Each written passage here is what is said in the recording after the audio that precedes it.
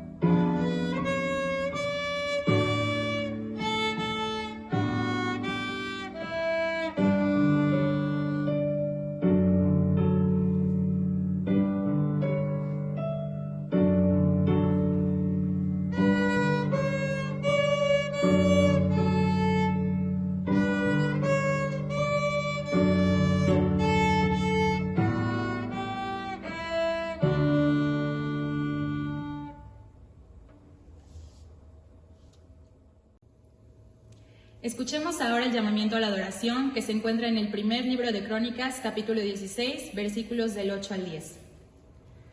Alabad a Jehová, invocad su nombre, dad a conocer en los pueblos sus obras. Cantad a él, cantadle salmos, hablad de todas sus maravillas, gloriaos en su santo nombre, alégrese el corazón de los que buscan a Jehová. Ofrezcamos a Dios nuestro culto de hoy. Señor, te damos gracias por la bendición que nos das de ser tus hijos, gracias porque podemos conocer tu amor y tu gracia. Te pedimos en este momento que te agrades de nuestro culto, que podamos adorarte de todo corazón y que este momento que apartamos para ti sea como un perfume a tus pies y que puedas recibir toda la gloria y la honra en este momento. En el nombre de Cristo Jesús, amén.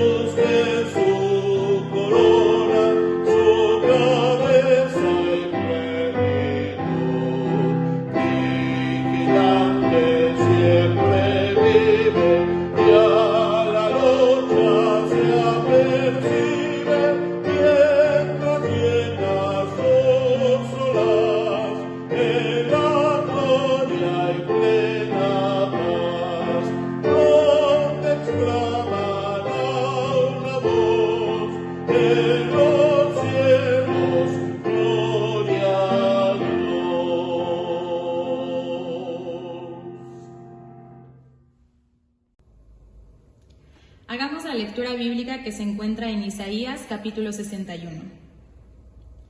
El Espíritu de Jehová el Señor está sobre mí, porque me ungió Jehová.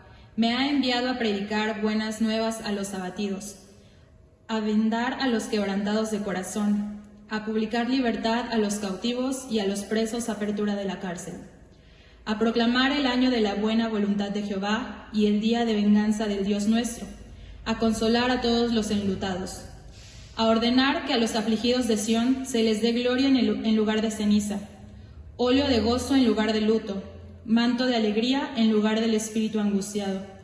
Y serán llamados árboles de justicia, plantío de Jehová para gloria suya. Reedificarán las ruinas antiguas y levantarán los asolamientos primeros, y restaurarán las ciudades arruinadas, los escombros de muchas generaciones. Y extranjeros apacentarán vuestras ovejas, y los extraños serán vuestros labradores y vuestros viñadores. Y vosotros seréis llamados sacerdotes de Jehová, ministros de nuestro Dios seréis llamados. Comeréis las riquezas de las naciones, y con su gloria seréis sublimes. En lugar de vuestra doble confusión y de vuestra deshonra, os alabarán en sus heredades, por lo cual en sus tierras poseerán doble honra y tendrán perpetuo gozo. Porque yo Jehová soy amante del derecho, aborrecedor del latrocinio para holocausto. Por tanto, afirmaré en verdad su obra y haré con ellos pacto perpetuo. Y la descendencia de ellos será conocida entre las naciones, y sus renuevos en medio de los pueblos. Todos los que los vieren reconocerán que son linaje bendito de Jehová. En gran manera me gozaré en Jehová, mi alma se alegrará en mi Dios, porque me vistió con vestiduras de salvación, me rodeó de manto de justicia, como a novio me atavió, y como a novia adornada con sus joyas. Porque como la tierra produce su renuevo, y como el huerto hace brotar su semilla, así Jehová el Señor hará brotar justicia y alabanza delante de todas las naciones. Continuando con nuestro orden de culto, haremos ahora una oración de intercesión. Señor, te honramos y te glorificamos porque eres nuestro dueño y porque tú estás en control de todo. Nos dirigimos a ti confiando en que tú escuchas nuestras oraciones y en que tú eres quien intercede por nosotros. Te pedimos, Señor, que tú nos ayudes a llevar unas vidas que te glorifiquen, que tú ayudes a que tengamos esa paz que solamente tú das, y ponemos en tus manos todos los problemas que tenemos individuales, como familias, como iglesia y como sociedad. Te pedimos que tú seas con los líderes de esta iglesia, que seas con cada una de las personas que están encargadas de guiarnos, que tú les des sabiduría, que tú seas con ellos, les des paz y les ayudes a tener buena comunión contigo para que puedan guiarnos como iglesia. Te pedimos también por los líderes de nuestra sociedad, para que tú permitas que ellos te conozcan y que puedan tomar decisiones que sean benéficas para nosotros y para nuestra ciudad, nuestro estado y nuestro país. Especialmente ponemos en tus manos la búsqueda de nuestro pastor. Sabemos que tú ya sabes quién va a ser el que tenga a bien llevar nuestra iglesia y guiarla, pastorearla. Te pedimos que nos des sabiduría y que nos vayas mostrando qué es o quién es a quien debemos elegir, que nos dé sabiduría, y te pedimos también por todas las personas enfermas, por las personas que están en recuperación, por los que están hospitalizados, para que tú seas con ellos, que seas con sus familias, que proveas todos los recursos necesarios para que puedan curarse y que puedan también conocerte, Señor. Gracias porque sabemos que escuchas nuestras peticiones. Ponemos en tus manos también las peticiones personales de cada hermano de la Iglesia Betel. Dales paz y hazles saber que tú estás con nosotros en cada momento. Gracias por todo tu amor. En el nombre de Cristo Jesús. Amén.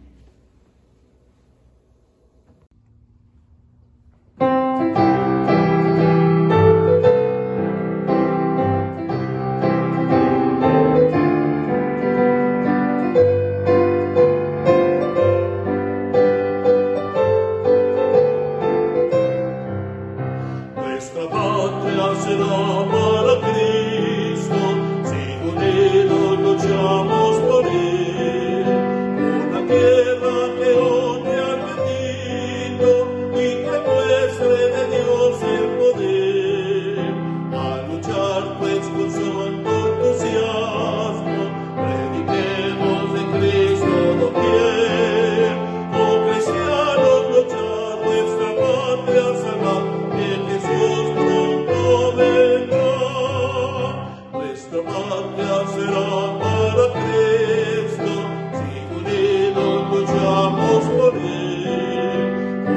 tierra que nombre al bendito y que muestre de Dios el poder. A luchar pues con santo entusiasmo, prediquemos de Cristo doquier. Oh cristianos, luchar nuestra patria salvar, que Jesús pronto vendrá. Oh cristianos, luchar nuestra patria salvar, que Jesús pronto vendrá.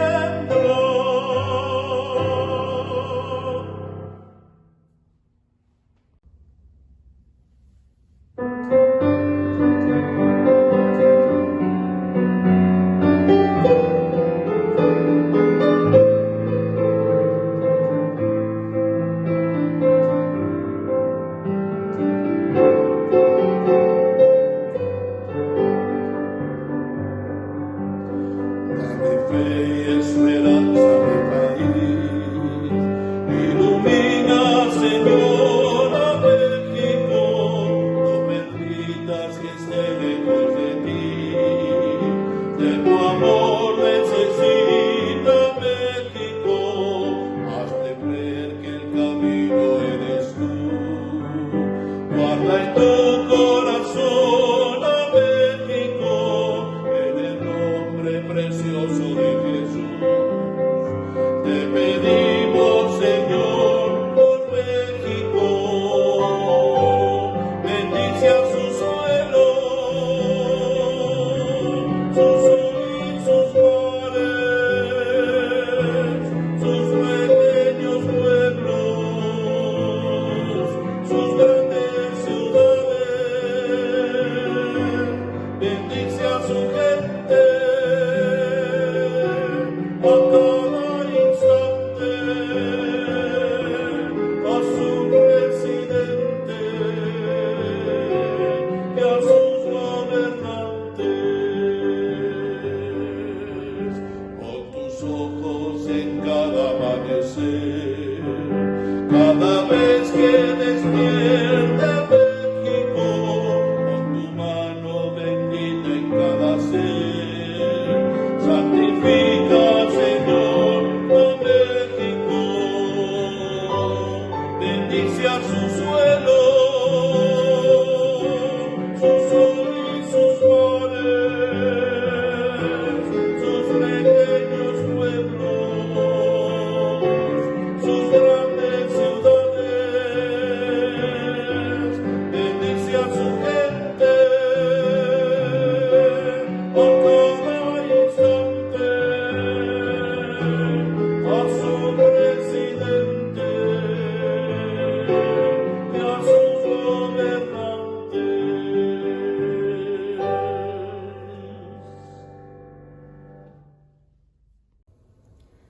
Continuemos con una lectura bíblica en Gálatas capítulo 5, versículos del 1 al 13. Estad pues firmes en la libertad con que Cristo nos hizo libres, y no estéis otra vez sujetos al yugo de esclavitud. He aquí, yo Pablo os digo, que si os circuncidáis, de nada os aprovechará Cristo. Y otra vez testifico a todo hombre que se circuncida, que está obligado a guardar toda la ley. De Cristo os desligasteis, los que por la ley os justificáis, de la gracia habéis caído. Pues nosotros por el Espíritu aguardamos por fe la esperanza de la justicia, porque en Cristo Jesús ni la circuncisión vale algo, ni la incircuncisión, sino la fe que obra por el amor. Vosotros corríais bien. ¿Quién os estorbó para no obedecer a la verdad? Esta persuasión no procede de aquel que os llama. Un poco de levadura leuda toda la masa. Yo confío respecto de vosotros en el Señor, que no pensaréis de otro modo, mas el que os perturba llevará la sentencia, quien quiera que sea. Y yo, hermanos, si aún predico la circuncisión, ¿por qué padezco persecución todavía? En tal caso se ha quitado el tropiezo de la cruz. Ojalá se mutilasen los que os perturban, porque vosotros, hermanos, a libertad fuisteis llamados, solamente que no uséis la libertad como ocasión para la carne, sino servíos por amor los unos a los otros. Escuchemos ahora el mensaje de la palabra de Dios. Damos la bienvenida al presbítero Sergio Desiderio Hernández Parra, quien es uno de los candidatos para pastorear nuestra iglesia.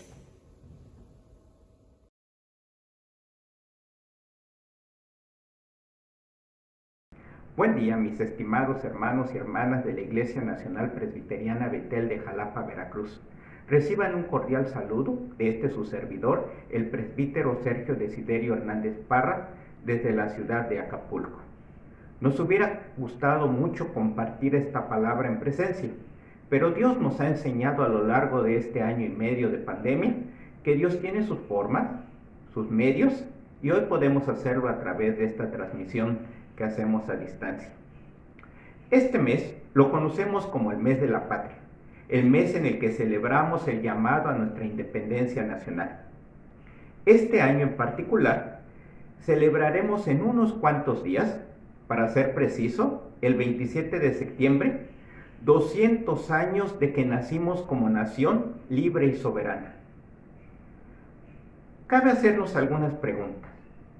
¿Cuál fue la motivación que llevó a nuestros próceres de la patria a lanzarse en armas para buscar nuestra independencia? En las palabras mismas de Miguel Hidalgo y Costilla, vemos reflejado el optimismo para tener el control de recursos y el futuro de América. Él escribió: haremos uso de las riquísimas producciones de nuestro país y a la vuelta de pocos años disfrutarán sus habitantes de todas las delicias de este vasto continente.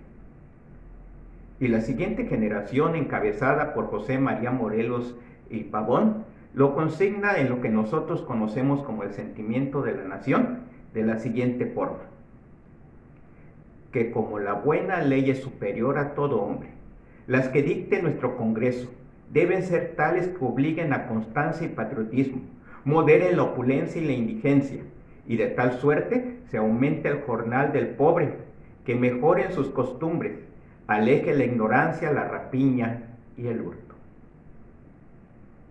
Pero lamentablemente, el anhelo de una patria de libertad y justicia aún no se ha conseguido. 200 años después todavía la injusticia, la rapiña, la marginación, la pobreza siguen siendo el anhelo del corazón de la mayoría de los mexicanos. ¿Será necesaria otra gesta heroica?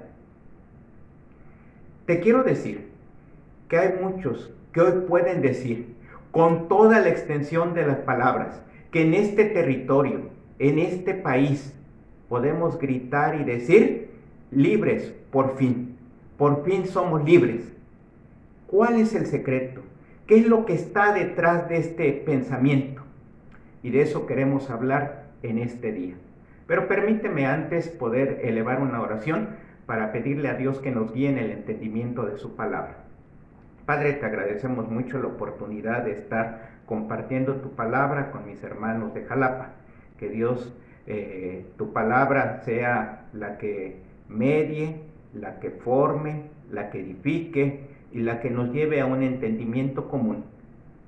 Sobre todo, para honrarte y glorificarte como tú lo mereces y para disfrutar la libertad que Cristo ganó en la cruz por cada uno de nosotros. A ti la honra y la gloria, en el nombre de Jesús. Amén. Gálatas capítulo 5, versículo 1 dice: estad pues firmes en la libertad con la que Cristo nos hizo libre, y no estéis otra vez sujetos al yugo de la esclavitud. La primera idea que queremos dejar, por lo tanto, en esta tarde: un pueblo hecho libre por Jesucristo. Sí, tú y yo somos ese pueblo hechos libres por Jesucristo. El llamado a la libertad en este versículo es la esencia del mensaje de Pablo a los Gálatas. El propósito de la obra de Cristo era liberar a los judíos de la maldición de la ley y permitir que también los gentiles disfrutaran de la misma liberación, rompiendo las cadenas que los ataban a la desobediencia y al pecado. La construcción de este versículo en su original griego expresa las cosas de un modo muy contundente. Siguiendo el orden de las palabras griegas, la traducción sería: para libertad, Cristo les hizo libres. En el original solo hay 4 palabras en orden: libertad, ustedes, Cristo e hizo libres. La primera y la última palabra de la frase, un sustantivo y un verbo, que en griego señalan el énfasis, tienen que ver con la libertad. Pablo aplica su mensaje a la situación de los Gálatas. Ellos han contraído un virus espiritual, un infeccioso concepto. Dios no nos acepta hasta que, además de habernos entregado a Jesucristo, nos rindamos también a la observancia de la ley de Moisés. Y Pablo mismo presenta el antídoto. Cuando alguien se convierte a Jesucristo, se aleja de Moisés y comienza a vivir bajo el dominio de Cristo y del Espíritu, quienes han sido enviados por el Padre a nuestro corazón. Es decir, quienes somos de Cristo, sostiene Pablo, somos libres de la ley. E.J.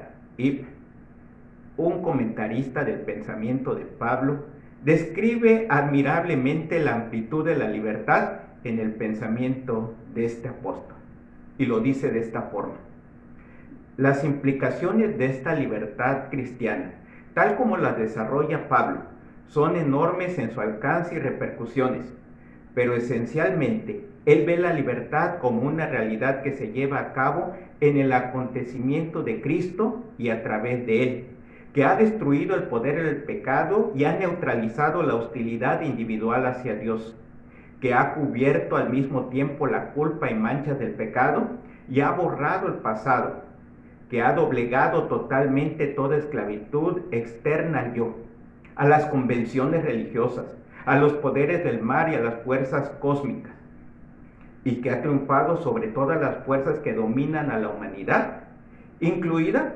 la propia mortalidad. Pero esta es solo una cara de la moneda paulina. ¿Libertad de qué? Está también el significante aspecto del para qué de esta libertad. Y este multifacético acento de Pablo, aunque puede declararse con gran sencillez, es infinitamente complejo en su desarrollo. Los cristianos son ahora libres para obedecer a Dios de manera radical, sirviendo a sus semejantes en amor desinteresado. De esta manera podemos entenderlo, el gran significado de la libertad que solamente Cristo le da a su pueblo, a ti y a mí, que rebasa todas las dimensiones sociales y los aspectos que las leyes locales e internacionales pueden anhelar, que va más allá de esto, porque nos libera de nosotros mismos. Gálatas 5, 3 al 5 dice: y otra vez testifico a todo hombre que se circuncida, que está obligado a guardar toda la ley.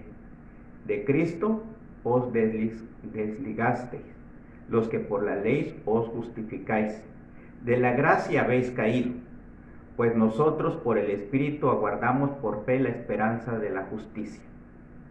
Así que una segunda idea de esta tarde es una libertad que brota del interior por la fuerza del Espíritu. ¿Sí? No es una libertad que yo obtengo por mis fuerzas, es la fuerza del Espíritu que hace que brote desde mi interior. Hay dos asuntos que permean la epístola a los Gálatas de principio a fin. ¿Quién es el verdadero pueblo de Dios? ¿Israel o la iglesia? ¿Y cómo deben ser sus miembros gobernados en sus vidas? ¿Obedeciendo a Moisés o siguiendo al Espíritu? Pablo sostiene que la respuesta a estas dos preguntas es la iglesia y siguiendo al Espíritu. Los judaizantes cuestionaban la ética cristiana esencial del apóstol y se plantaban si el Espíritu era suficiente y adecuado para la dirección moral y para luchar contra la carne. Sin embargo, el mensaje de Pablo evita precisamente este problema. Aunque los cristianos han de vivir en el Espíritu y no bajo la ley, el poder del Espíritu debe llevarles a una vida más elevada en cuanto a santidad y amor que quienes viven bajo el judaísmo.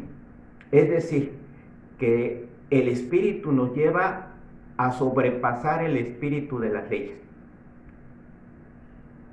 Por decirlo de otra manera, la ley se cumple cuando el Espíritu nos gobierna y más allá de eso.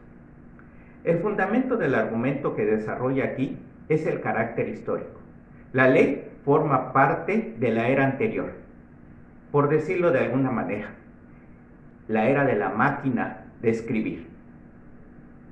También al carácter social, solamente a la nación judía, como si fuera el único grupo donde está obrando la voluntad de Dios.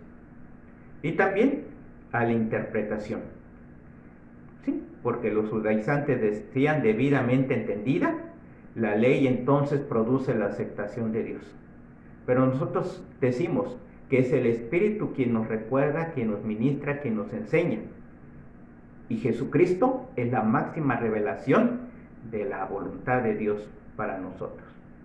En Él encontramos el cumplimiento de la ley, el modelo para vivir esa ley.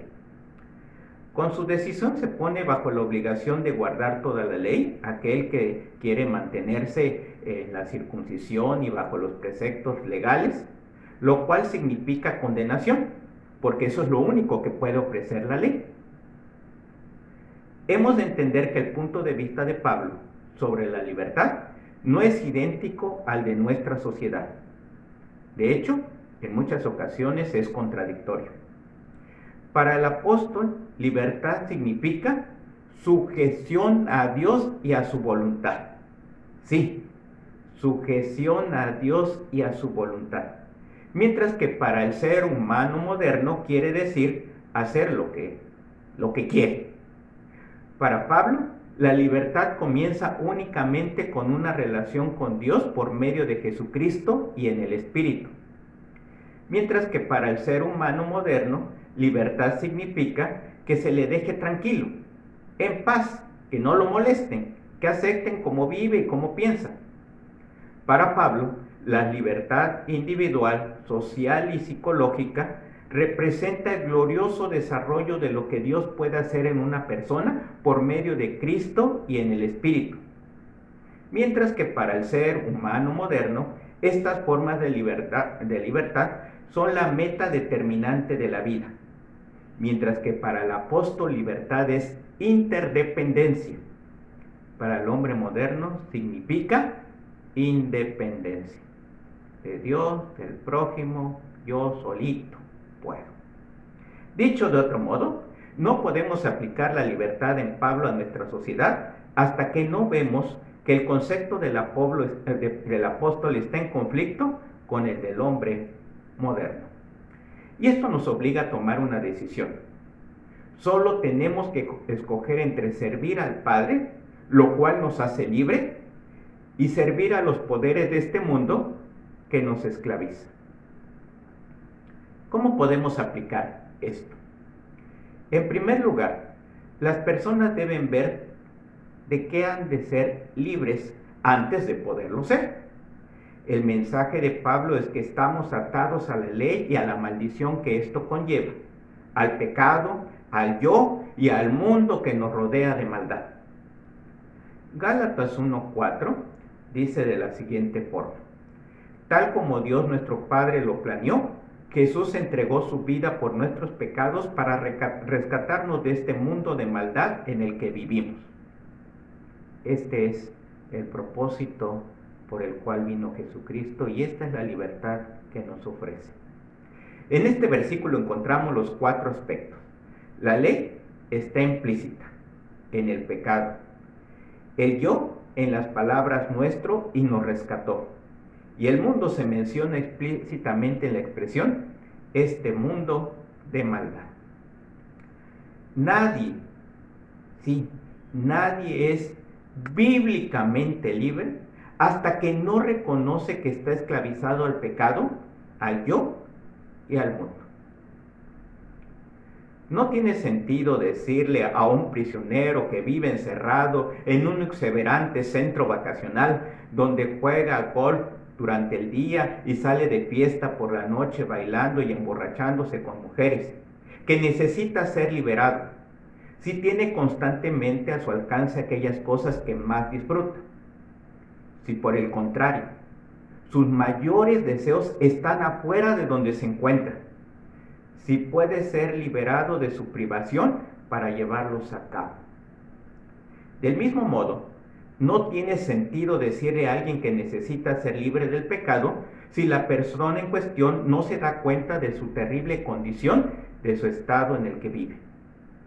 Como dice el gran escritor inglés John Stott, en cambio, la verdadera libertad es liberación de mi propio y necio yo, con el fin de vivir responsablemente en amor para con Dios y los demás. Dicho de otro modo, no podemos aplicar la libertad a nuestro mundo si no proclamamos el Evangelio en él. Esto significa que no podemos proclamar nuestro mensaje de libertad hasta haber anunciado la realidad del pecado.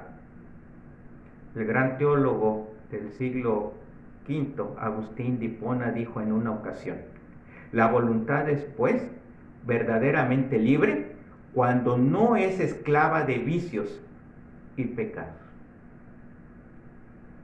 Gálatas 5:13 dice: porque vosotros, hermanos, a libertad fuisteis llamados, solamente que no uséis la libertad como ocasión para la carne, sino servíos por amor los unos a los otros.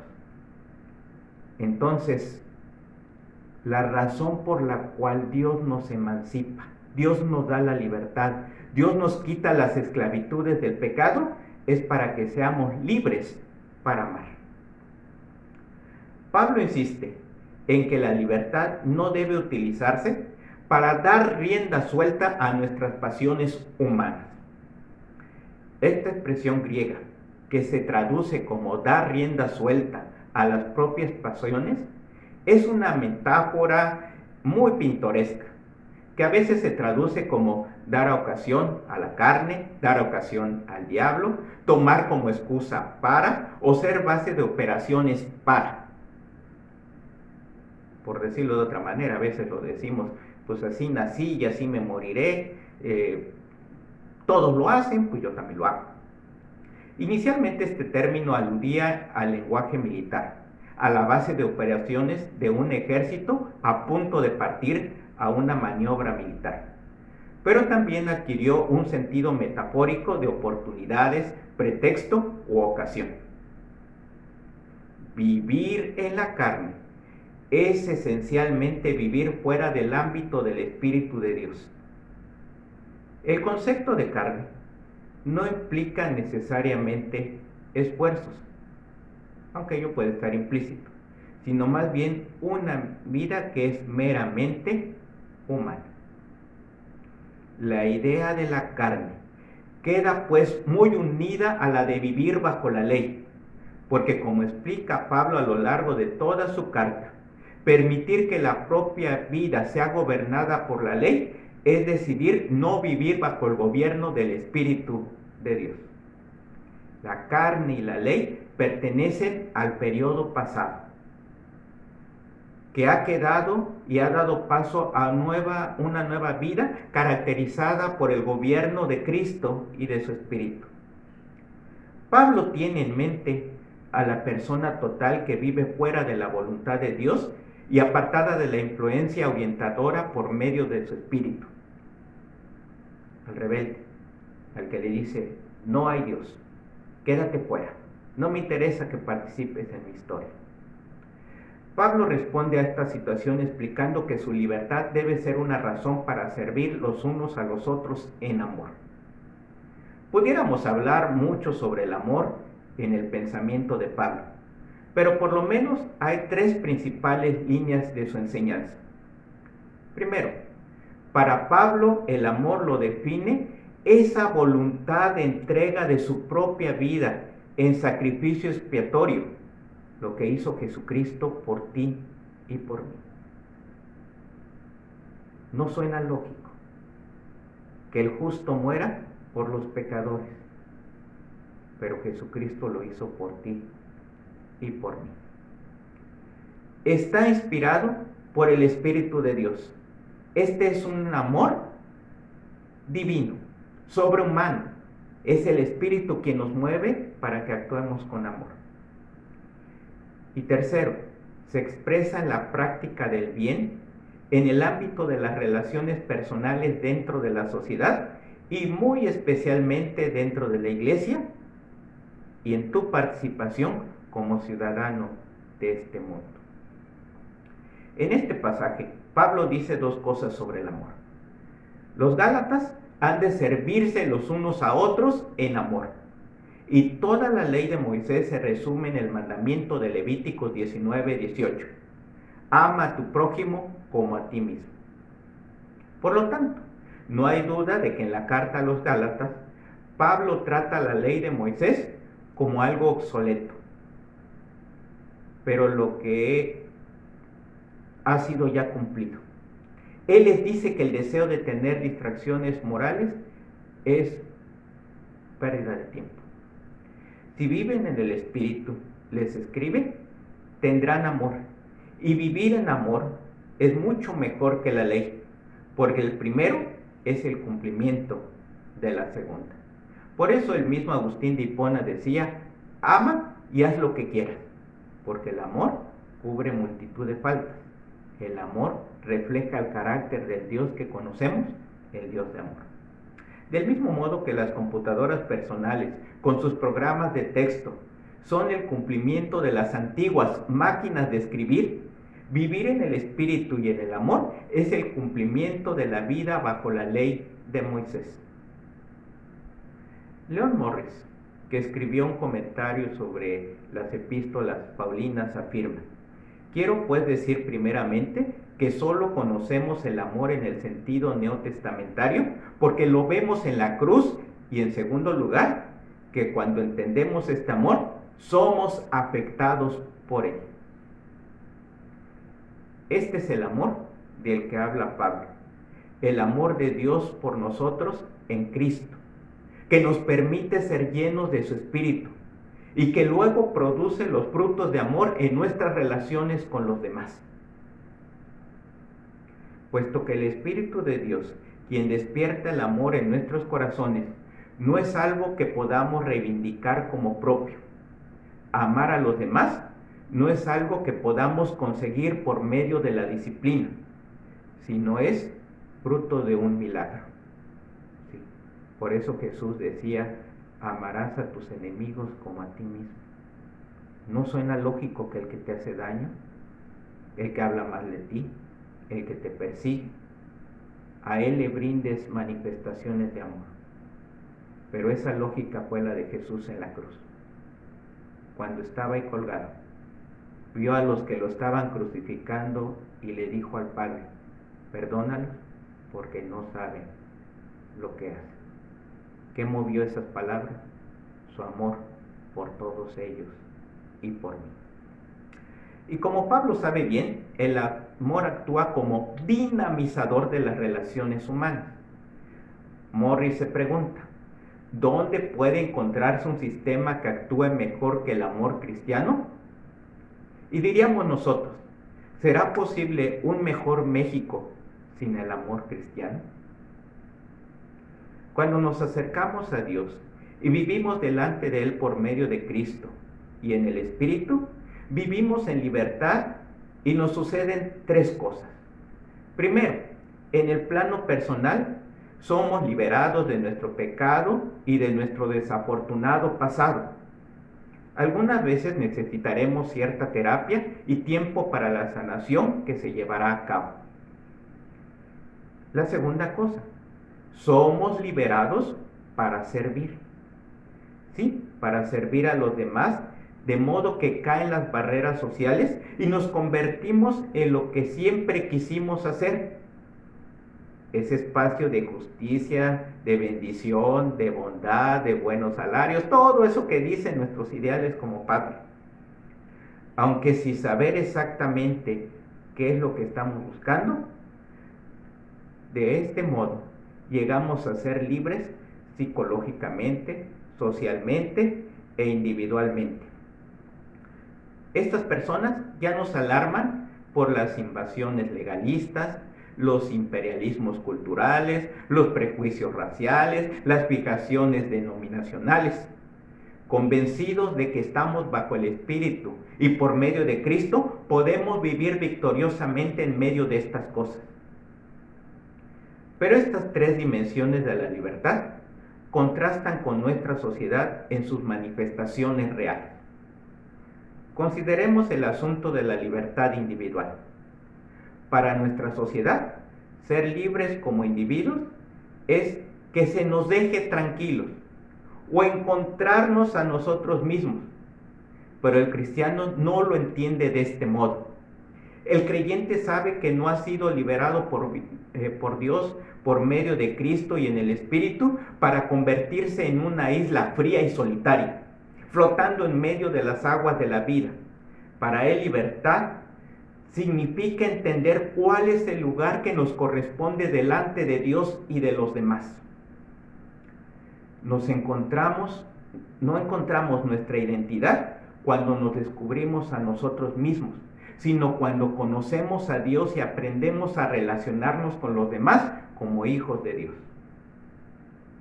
Por supuesto, los cristianos experimentamos una libertad individual, pero solo cuando podemos formar parte de una comunidad. La libertad cristiana no busca aislamiento, sino comunión. Aunque el cristiano se manifiesta ante una clínica abortista, junto a un activista social no cristiano, o comparte con él la defensa de las mismas causas delante de los tribunales de justicia, su idea de la libertad social no es la misma. El cristiano quiere que se haga justicia porque Dios es justo, no porque la justicia sea una realidad metafísica. El creyente quiere erradicar la discriminación sexual no porque sea un filántropo, sino porque el Evangelio de Jesucristo dice: no hay hombre ni mujer, todos somos uno en Cristo. Y por ello, toda implicación activa por parte de un cristiano es un testimonio del impacto social del Evangelio de Jesucristo. Para ti y para mí, cristiano, la justicia social no es un fin en sí misma, sino un medio para afirmar la obra soberana, el gobierno soberano de Dios en esta tierra. Los cristianos hemos sido liberados psicológicamente para poder desarrollar una saludable relación con Dios, con los demás y con nosotros mismos. Y lo pongo en último lugar, ¿sí? Nosotros mismos, porque la Biblia trastoca por completo los valores de nuestra sociedad. El descubrimiento de uno mismo es solo una de las 3 razones por las que Dios nos libera. Dios se deleita de manera especial cuando ve un pueblo desarrollando relaciones personales sanas. Pero vemos de nuevo que la libertad siempre tiene un objetivo. En este caso, el de relacionarse con Dios, con uno mismo y con los demás. No es una libertad para vivir solo pendientes de nosotros mismos, con una actitud egocéntrica y autocomplaciente, sino la del Espíritu de Dios, que infunde en nuestra alma la ternura de ser para que seamos sanados en nuestra relación con Dios y con los demás. Lo que Pablo quiere es que podamos desarrollar una capacidad de mitigar al máximo los efectos sobre la libertad de nuestro mundo.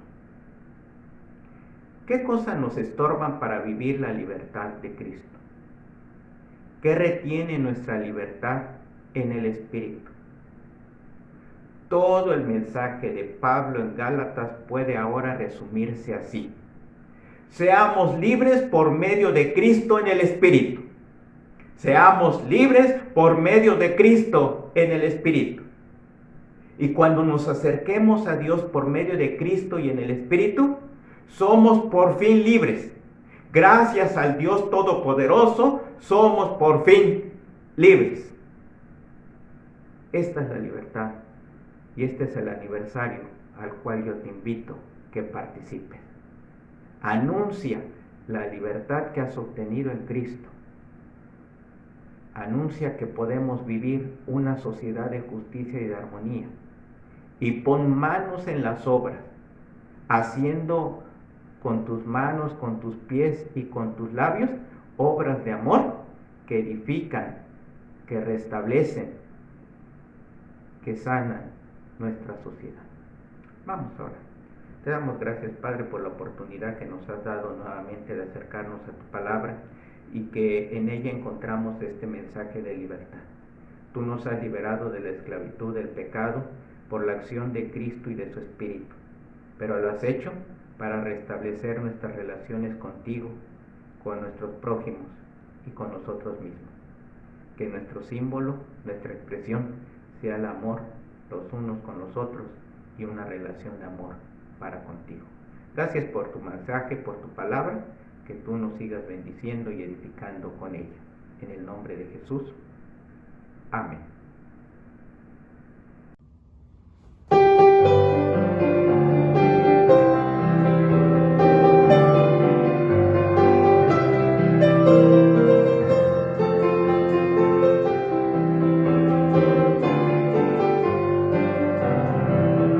Cristo rompe las cadenas, Cristo rompe las cadenas, Cristo rompe las cadenas y me da seguridad. Cristo rompe las cadenas, Cristo rompe las cadenas, Cristo rompe las cadenas y me da seguridad. ¿Cómo es posible que yo viva sin Jesús? Si el fundamento de mi vida eres tú.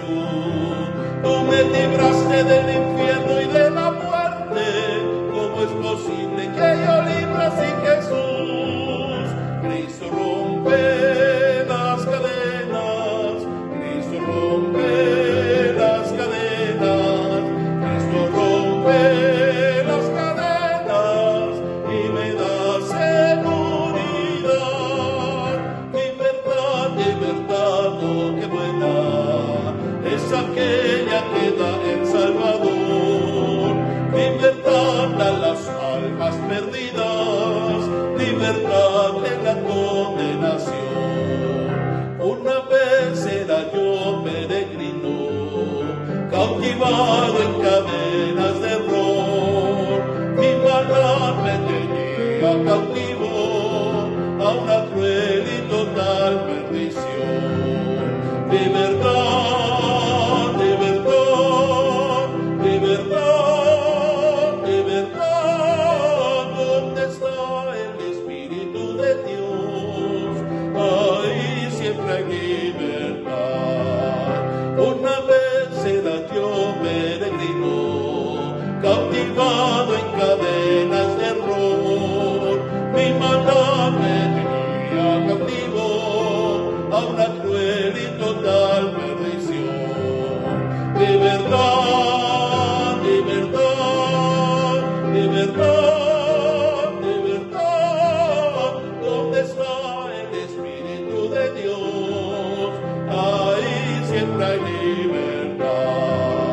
Libertad, libertad, libertad, libertad. ¿Dónde está el Espíritu de Dios? Ahí siempre hay libertad. Ahí siempre hay libertad. Ahí siempre hay libertad.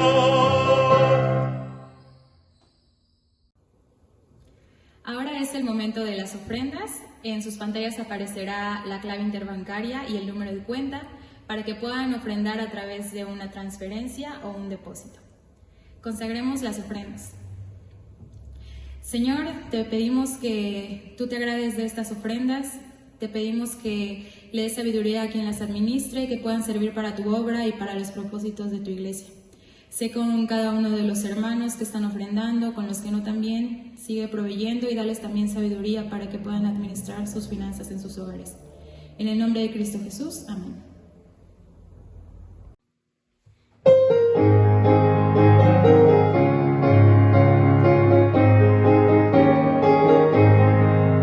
Para que adelante la obra del Señor, mi ofrenda doy con gratitud, como prueba del inmenso amor de Dios, que todo me da con amor.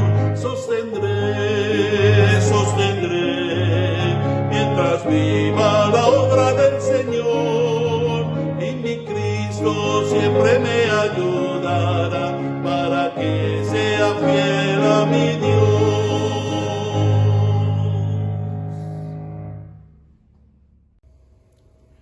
Concluyamos nuestro culto con una oración final a cargo del presbítero Sergio Desiderio Hernández Parra.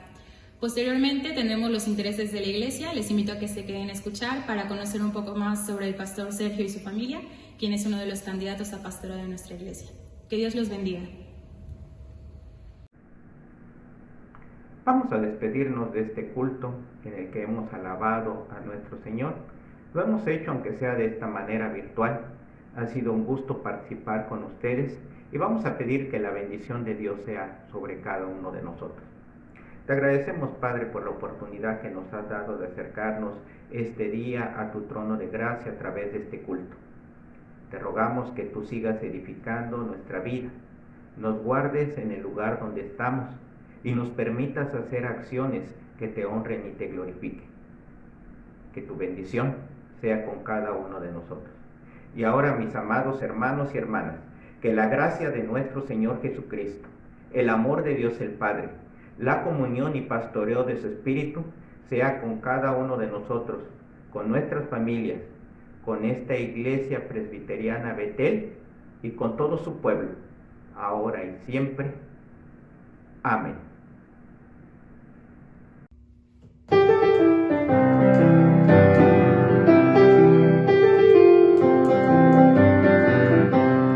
Ya no me siento solo, solo, solo. Ya no me siento solo, solo, solo, solo, solo. Porque conmigo está el ángel de Jehová que acampa en derredor y me defenderá. Porque conmigo está el ángel de Jehová que acampa en derredor y me defenderá. Quédate, Señor, quédate, Señor, quédate, Señor, en cada corazón. Quédate, Señor, quédate, Señor, quédate, Señor, en mí. Oh Cristo mío, haz de mi alma un altar para adorarte con devoción, para beber de las aguas de la vida y así saciar mi pobre corazón, y así saciar mi pobre corazón.